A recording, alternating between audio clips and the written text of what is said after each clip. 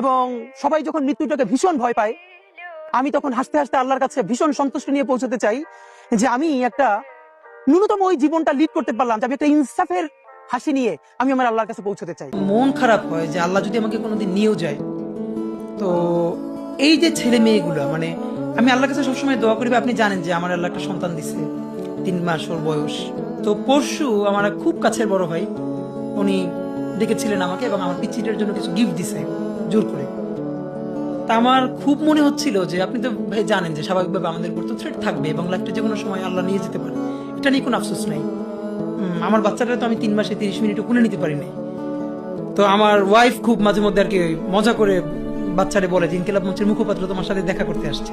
এই প্রথম মনে হলো কি যে আমি ভাইয়ারে বলি, ভাইয়া আল্লাহ যদি আমাকে নিয়ে যায় আমার বাচ্চাটার দিকে একটু খেয়াল রেখে। তো এই কথাটা আমি বলতে পারিনি।